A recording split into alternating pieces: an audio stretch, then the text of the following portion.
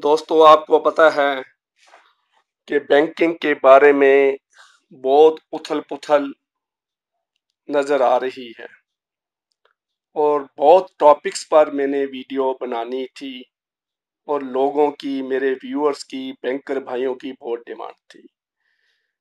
आज 3 वीडियो मेरी नज़र में थी। एक तो सबसे पहले था सर्कल बेस्ड ऑफिसर्स एसबीआई में जो भर्ती हो रहे हैं, उसके बारे में पूछा गया था और मेरा वीडियो बनाने का प्रोग्राम था। दूसरा है बैंक रिटायरीज का डीए, आज 31 जुलाई है और जो एज्यूम्ड फिगर लेकर लोगों ने वीडियो डाली थी डीए बढ़ाने की, घटाने की बात करी थी, उसके बारे में आज मैंने डीए के ऊपर कंफर्म्ड फाइनल वीडियो बनानी थी। तीसरा है जो एमओयू साइन हुआ है, उसके बारे में काफी चर्चा, काफी क्वेश्चंस आ चुके हैं कि 90 डेज के अंदर अंदर कौन कौन से इशू पर यूएबीयू आईबीए डिस्कशन करेगी, उसके बारे में भी वीडियो बनाने का विचार था। पांचवा था रिटायरीज इशू के बारे में और उसके बाद था यूनाइटेड बैंकमैन यूनियन, जो अरोड़ा सॉल्यूशन चैनल ने ये लोगों की डिमांड पर, व्यूअर्स की डिमांड पर, लोगों की रिक्वेस्ट पर बनाई गई है यूनाइटेड बैंकमैन यूनियन। तो इसमें बहुत अच्छा, सबसे पहले तो मैं धन्यवादी हूँ आप लोगों का, भाइयों का। बहुत अच्छा रिस्पांस मिला है, बहुत ही लोगों की रिक्वेस्ट आ चुकी है, सभी को तकरीबन 90% रिक्वेस्ट को क्लियर कर दिया गया है। तो उसके बारे में कई क्वेश्चन थे लोगों के माइंड में, उसके बारे में मैंने बात करनी थी, क्योंकि उसमें एयरफोर्स ऑफिसर्स, कुछ और प्रोफेशन के लोग भी बीच में आना चाहते हैं, उनकी रिक्वेस्ट पेंडिंग पड़ी है। अभी तक मैं ग्रुप एडमिन हूँ, मैंने उसको क्लियर नहीं करा है। Federal Bank, Royal Bank of Scotland, Al Habib Bank, उसके बाद जो है ग्रिंडलेस बैंक, ऐसे जो फॉरेन के बैंक्स हैं उनके एम्प्लॉइज भी यूनाइटेड बैंक मैन यूनियन के मेंबर बनना चाहते हैं। फॉरेन के बैंक्स भी आ गए हैं और एयरफोर्स के ऑफिसर, आर्मी के ऑफिसर भी उसमें एनरोल होना चाहते हैं, लेकिन ये भी सारा कुछ क्लियर नहीं है। तो क्या कैसे किया जाए, इसके लिए मैंने व्यूअर्स का, अपने बैंकमैन यूनियन मेंबर्स का सजेशन भी मांगा है और साथ में मैंने फेसबुक पे रिक्वेस्ट भी करी है कि जिन्होंने फाइनेंशियल ऑफर लगाई है वो कृपा करके थोड़ी देर रुक जाएं, अभी हम फाइनेंशियल ऑफर एक्सेप्ट नहीं कर रहे हैं। तो इसलिए जब मेंबरशिप भी हम फ्री रखी है, जब कोई मीटिंग होगी उसका जो एक्सपेंडिचर होगा, खर्चा होगा, तो उसके बारे में हम बाद में सोचेंगे और आपसे कोई जरूरत पड़ी तो लेंगे। तो अब मैं वीडियो, आज की वीडियो जो बनाने का प्रोग्राम था, एक बैंक प्राइवेटाइजेशन का मुद्दा चल रहा था, बहुत हॉट टॉपिक है।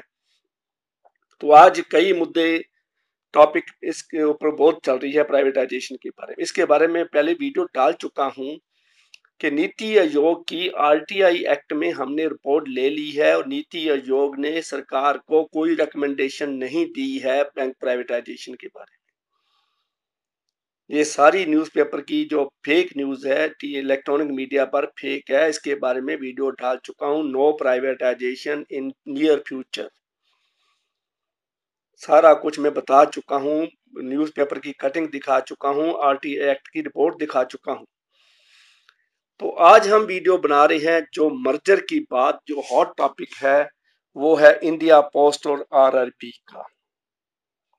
रीजनल रूरल बैंक्स और इंडिया पोस्ट को मर्ज करने का प्रोग्राम जो है, जिसके बारे में फाइनेंशियल एक्सप्रेस न्यूज़पेपर में आर्टिकल आया है और भी कई स्टैंडर्ड न्यूज़पेपर है, स्टैंडर्ड इकोनॉमी न्यूज़पेपर है, ऐसे कई न्यूज़पेपर्स में, सभी में आर्टिकल्स है, न्यूज़ भी लगाई गई है।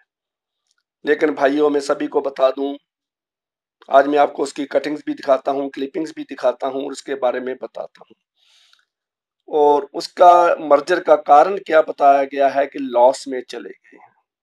सबसे पहले तो यह है कि इंडिया पोस्ट जो बना था, तो इसका जो मोटिव था वो प्रॉफिट नहीं था, पैसा कमाने का मोटिव नहीं है। ये दूर दराज रिमोट एरियाज में जो लोग गांव में रहते हैं, पहाड़ों में रहते हैं, कहीं कहीं वादियों में रहते हैं, जहाँ सारा सारा साल बर्फ पड़ती है, स्नोफॉल होती है, बरसात होती है, उस एरिया में अभी पोस्टमैन पहुंचता है, मनी ऑर्डर देता है, डाक देता है। रिमोट एरियाज में पहुंचने के लिए प्रॉफिट मोटिव नहीं हो सकता। यूपी, बिहार, उत्तराखंड जैसे गरीब स्टेट्स हैं जहां भैये लोग रहते हैं, वर्कर लेबर फोर्स है, उनके लिए पोस्ट कार्ड रखा गया था बहुत चीपर रेट पर। तो इसलिए उसका जो मोटिव था वो प्रॉफिट नहीं था। आज उसकी जो 1,56,000 पोस्ट ऑफिस हैं पूरे इंडिया में, 1,60,000 थे, 4,000 पोस्ट ऑफिस इंडिया पोस्ट ने क्लोज कर दी है। तो आज की डेट में 31/3/2019 को तो ये 1,56,000 post office with work force of 4,20,000, 4.2 lakh work force है, एम्प्लॉइज हैं इनके, उनके साथ ये 1,56,000 ऑफिस चला रहे हैं। और उसके बाद ये इंडिया पोस्ट बैंक बन गया, IPPB बन गया है, और इसमें 1 लाख से ऊपर ट्रांजैक्शन नहीं कर सकते, डिपॉजिट नहीं ले सकते, और लेंडिंग तो अभी शुरू नहीं करी है, लोन देना, एडवांस देना शुरू नहीं करा है। लेकिन गवर्नमेंट ने इसके ऊपर ध्यान दिया कि ये 18,255 करोड़ का घाटा खा चुका है। तो 4,20,000 एम्प्लाई कोई कमाई नहीं कर रहे हैं, सेवा में लगे हुए हैं, और वर्कलोड भी पोस्ट ऑफिस में बहुत ज्यादा है। ये नहीं कि एम्प्लाई आसान बैठी हैं, इजी गोइंग है, बहुत वर्कलोड है। हर तरह का काम, सिंगल हैंडेड पोस्ट ऑफिस बन गया। जहाँ 2-2, 3-3 एम्प्लाई हुआ करते थे, वहां एक रह गया। तो एक एम्प्लाई ही सारा पोस्ट ऑफिस चला रहा है, वही टिकट बेच रहा है, वही स्पीड पोस्ट बुक कर रहा है, वही रजिस्ट्रेशन बुक कर रहा है, वही पार्सल बुक करता है, वही IPO बेच रहा है, वही स्टैंप्स बेच रहा है, वही NSE के अगेंस्ट कर रहा है। तो ऐसे ऐसे सारी सभी चीजें हैं। तो उसके ऊपर बहुत सीरियस है, बहुत काम हो रहा है, और बहुत रश ऑफ वर्क है, बहुत वैरायटी ऑफ वर्क है। उनको टारगेट दे दिए गए हैं, इंश्योरेंस के भी कई तरह के टारगेट उनको दे दिए गए हैं। तो उसके लिए जो वर्क फोर्स है बहुत ज्यादा हो गई है। तो इसके ऊपर पोस्ट ऑफिस के पास कई तरह के काम, जैसे आधार एनेबल्ड पेमेंट सिस्टम, 10,000 रुपए तक की बैंक से पेमेंट निकाल के पोस्टमैन देने जाता है, और आधार कार्ड, नए आधार कार्ड बनाना, आधार कार्ड में मॉडिफिकेशन करना, ये कई तरह के काम है। पोस्ट ऑफिस में तो ये हालत देखी गई है कि जो वह काउंटर पे जो बैठा क्लर्क है वही SPM है। सब पोस्ट मास्टर का काम भी वही करता है, वही काउंटर क्लर्क है, वही मेकर है, वही चेकर है। कंप्यूटर में वही एंट्री डालता है, वही उसको अप्रूव कर रहा है। मेकर चेकर की जो कंसेप्ट का धज्जियां उड़ाई गई हैं पोस्ट ऑफिस में, वही क्लर्क जी SPM का पूरे काम करता है, रिटर्न्स भी तैयार करता है, कैश मैनेजमेंट भी करता है, कैश की रिसीट और पेमेंट भी वही करता है, नकली नोट भी वही चेक करता है, डिसीज केस जो मर चुके होते हैं डिपॉजिटर, उनके बारे में भी क्लेम वही बनाता है, पासबुक का, रिकॉर्ड का, इनकम, इंटरनल ऑडिट रिपोर्ट का जवाब देना, कंप्लायंस करना, सब उसके काम है। बहुत ही काम है पोस्ट ऑफिस में। इसके बाद भी सरकार ये कह रही है कि ये घाटे में जा रहे हैं। अब दूसरी तरफ है रीजनल रूरल बैंक्स, ग्रामीण बैंक जिनको कहते हैं, जिनको नेशनलाइज्ड बैंक्स ने स्पॉन्सर किया हुआ है। 35% शेयर उसमें नेशनलाइज्ड बैंक का होता है, 15% स्टेट गवर्नमेंट का होता है, 50%। तो दोनों का मिला के 50% बनता है।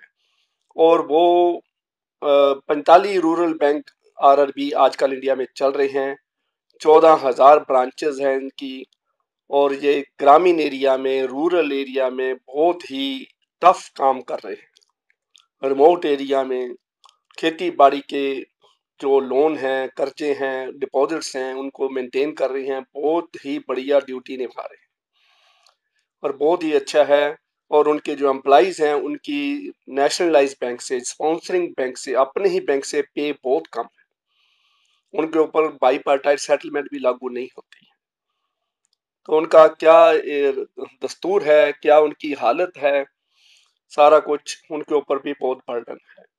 पर सरकार कह रही है कि वो भी घाटे में है। 2018 में, पिछले साल, रीजनल रूरल बैंक्स प्रॉफिट में थे, और इस बार उन्होंने घाटा दिखा दिया है। 31/3/2019 को उन्होंने घाटा दिखाया। तो आज जो आर्टिकल्स आए हैं पेपर में, उसके बारे में मैं आपको थोड़ा 2-4 लाइनें पढ़ के भी सुनाना चाहता हूँ, क्योंकि कंसोलिडेशन जो है, फाइनेंशियल एक्सप्रेस ने लिखा है big consolidation, India Post RRBs to combine to form PSB। India Post RRBs to combine to form PSB। 1,56,000 post office हैं, और 548 करोड़ का घाटा इन्होंने दिखाया है RRB ने। 14,000 स्ट्रॉन्ग ब्रांच नेटवर्क है। और इसके बारे में लिखा है कि centre will wield control over the proposed bank via a holding a company. एक होल्डिंग कंपनी बनाई जाएगी जिसका कंट्रोल इसके ऊपर, दोनों के ऊपर रहेगा, और एक पब्लिक सेक्टर अंडरटेकिंग बन जाएगी इंडिया पोस्ट को मिला के और पब्लिक सेक्टर बैंक्स को, इसको आरआरबी को मिला के। और जो पोस्ट ऑफिस का घाटा है 18,255 करोड़ है। तो 50% will become subsidiaries. RRB, where the center already hold 50%, will become subsidiary. The existing India Post Payment Bank (IPP) will also be made a subsidiary of the holding company. तो ये holding company की subsidiary बन जाएगा। तो आज में सबसे पहले तो जो स्टूडेंट्स हैं जो अपीयर हो रहे हैं आरआरबी एग्जाम में, ग्रामीण बैंक में प्रोबेशनरी ऑफिसर बन रहे हैं या क्लरिकल में जा रहे हैं, उनकी भी जो शंका है, मेरे को उनका भी एक प्रश्न आया है कि क्या हम तैयारी करें या ना करें, क्या हम एलआईसी में चले जाएं, क्या हम किसी और जॉब पे चले जाएं। देखो भाइयों, ये आर्टिकल है, पेपर है, न्यूज़ है, इसको इम्प्लीमेंट करना में बहुत टाइम लगेगा। ये मत सोचिए कि आज न्यूज़ आ गई है कल को ये नोटिफिकेशन आ जाएगी, ये नहीं हो सकता। इसकी एसेट लायबिलिटीज का हिसाब लगाना, इनकी स्टाफ स्ट्रेंथ देखना, इनके जो जिम्मेवारियां हैं, इनके जो डिपॉजिट्स हैं, इनके जो एडवांसेस हैं, कितने इनके एनपीए हैं, कैसे ये काम चलेगा, इसको मॉडलिटीज को फाइनल करते करते 3 साल मिनिमम टाइम लग जाएगा। तो जो स्टूडेंट बैंक के पेपर की तैयारी कर रहे हैं वो जरूर करें, डबल माइंडेड ना हो, don't be wavering minded, single mindedly आप जाएं। पहली बात तो ये है कि इसकी मर्जर मुर्जर कुछ नहीं होता, कुछ नहीं, अभी टाइम लगेगा, बहुत कुछ होगा। मोदी साहब दोबारा इलेक्शन जीत के आएंगे, फिर बात बनेगी।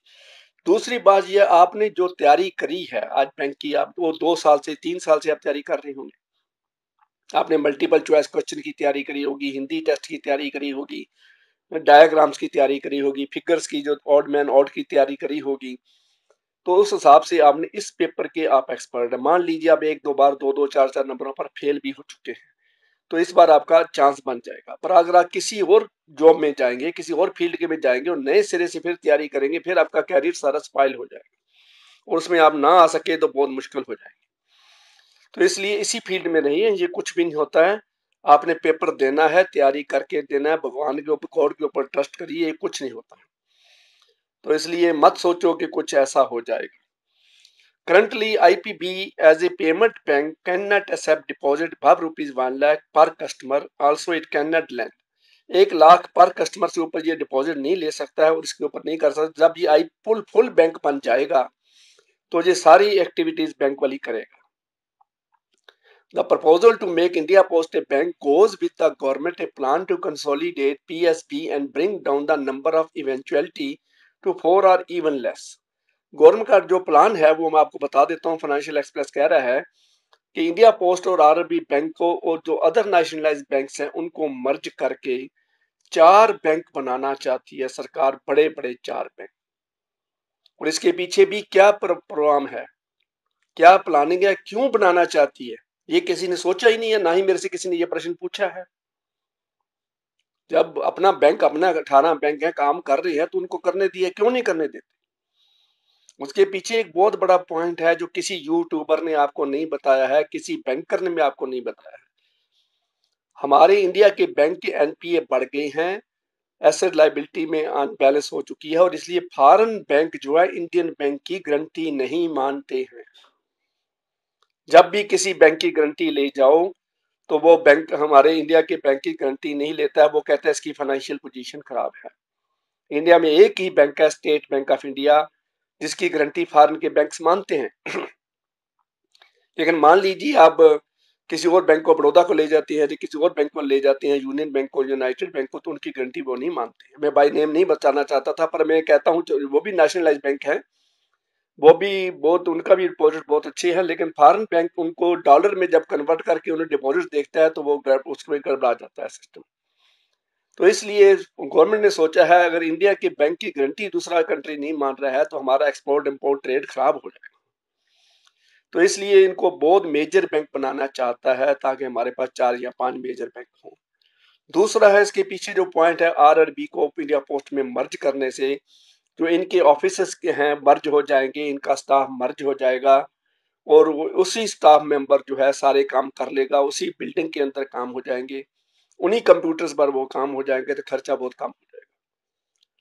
हालांकि इंडिया पोस्ट का जो मतलब था वो प्रॉफिट नहीं था, लेकिन अब सरकार सोचने लगी है कि कम से कम प्रॉफिट ना हो तो लॉस तो कम से कम नहीं होना चाहिए। तो इसलिए जो मर्जर हो जाएगी तो एक जगह पर इनका जो है खर्चा कम हो जाएगा, स्टाफ को कम कर दिया जाएगा और कम कर दिया जाएगा। तो ऐसे ही उनको 4 बैंक बनाना है। आगे उन्होंने लिखा है at one point it may so occur that only the State Bank of India and the proposed India Post Bank will remain in the public sector। और लास्ट में कहते हैं कि 2 larger public sector bank, India post और state bank of India ही रहेगा, बाकी सारे मर्ज कर दिए जाएंगे। इसमें और भी है, also the proposed bank even while sticking to RBI prudential norm can't neglect lending to priority sectors. इसमें सबसे बड़ी प्रॉब्लम ये आती है कि जो सरकार की स्कीम्स हैं, प्रायोरिटी सेक्टर की जो लोन गरीबों को देना चाहते हैं, किसानों की स्कीम है, स्त्री शक्ति स्कीम है, बैकवर्ड जो शेड्यूल्ड कास्ट के लिए स्कीम्स हैं, रिटायर्ड फौजियों के लिए स्कीम्स बनी हुई हैं, उनकी जो है एग्रीकल्चर के बारे में, एमएसएमईज के बारे में, एजुकेशन एंड अफोर्डेबल हाउसिंग के बारे में, गरीबों की जो मकान है, ग्रामीण आवास योजना, ये योजना को प्राइवेट बैंक इंप्लीमेंट नहीं करेंगे, सरकारी बैंक ही करते हैं। लेकिन उन्होंने कहा है कि आरबीआई की प्रूडेंशियल नॉर्म्स के मुताबिक जब जब प्राइवेट सेक्टर बन जाएंगे तो भी इनको करना पड़ेगा। तो इसलिए ये बातें मैं आपको 4-5 पॉइंट जो बताना चाहता था। तो इंडिया पोस्ट और आरआरबी की मर्जर के बारे में है वो सारा आपने देख लिया है। और बाकी रही बात दूसरी जो बीच में बात रह गई थी यूनाइटेड बैंकमैन यूनियन के बारे में, सभी से रिक्वेस्ट है कि अभी उसकी मेंबरशिप फ्री है, चंदा उसका अकाउंट में डिपॉजिट ना करवाएं।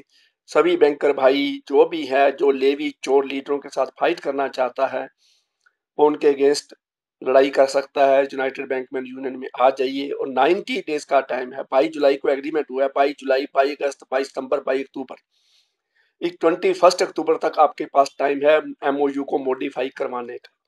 तो इसलिए जल्दी से जल्दी ज्वाइन करें, जल्दी से जल्दी हम धरना दें, प्रदर्शन करें, अपनी स्ट्रेंथ जंतर मंतर पर जाके दिखाएं, या ज्यादा से ज्यादा ये ना कर सकें तो मिनिस्ट्री ऑफ फाइनेंस को मिल सके, उनको लेटर लिख सकें, यूनाइटेड यूबीयू जो है वो लेटर डाल के एमओयू को मॉडिफाई करवाए, ताकि रिटायरीज के इशू जो है, स्पेशल अलाउंस मर्जर जो है, जो डीए की मर्जर गलत हुई है वो भी होना चाहिए। 15% वेज रिवीजन बहुत कम है, कम से कम 25% होनी चाहिए थी।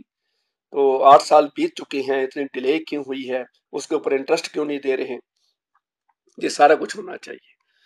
तो इसलिए इस वीडियो को ज्यादा से ज्यादा शेयर करो, लाइक करो, और सब्सक्राइब का बटन भाइयों फ्री है। रीजनल रूरल बैंक्स के जितने भी एम्प्लॉइज के सवाल आते हैं, प्रश्न आते हैं, मैं सभी का जवाब देता हूं। तो मुझे आशा है सारी आप इसको वीडियो को ज्यादा से ज्यादा शेयर करके ज्यादा से ज्यादा लोगों से सब्सक्राइब करवाइए। इस चैनल को, रोडा सोल्यूशन चैनल को ज्यादा से ज्यादा लोगों से सब्सक्राइब कराएं। आप खुद करने से बात खत्म नहीं हो जाती, क्योंकि इसको आगे अपने दोस्तों मित्रों से, बैंक के कस्टमर से, ताकि हमारी आवाज आगे जा सके। Thank you very much.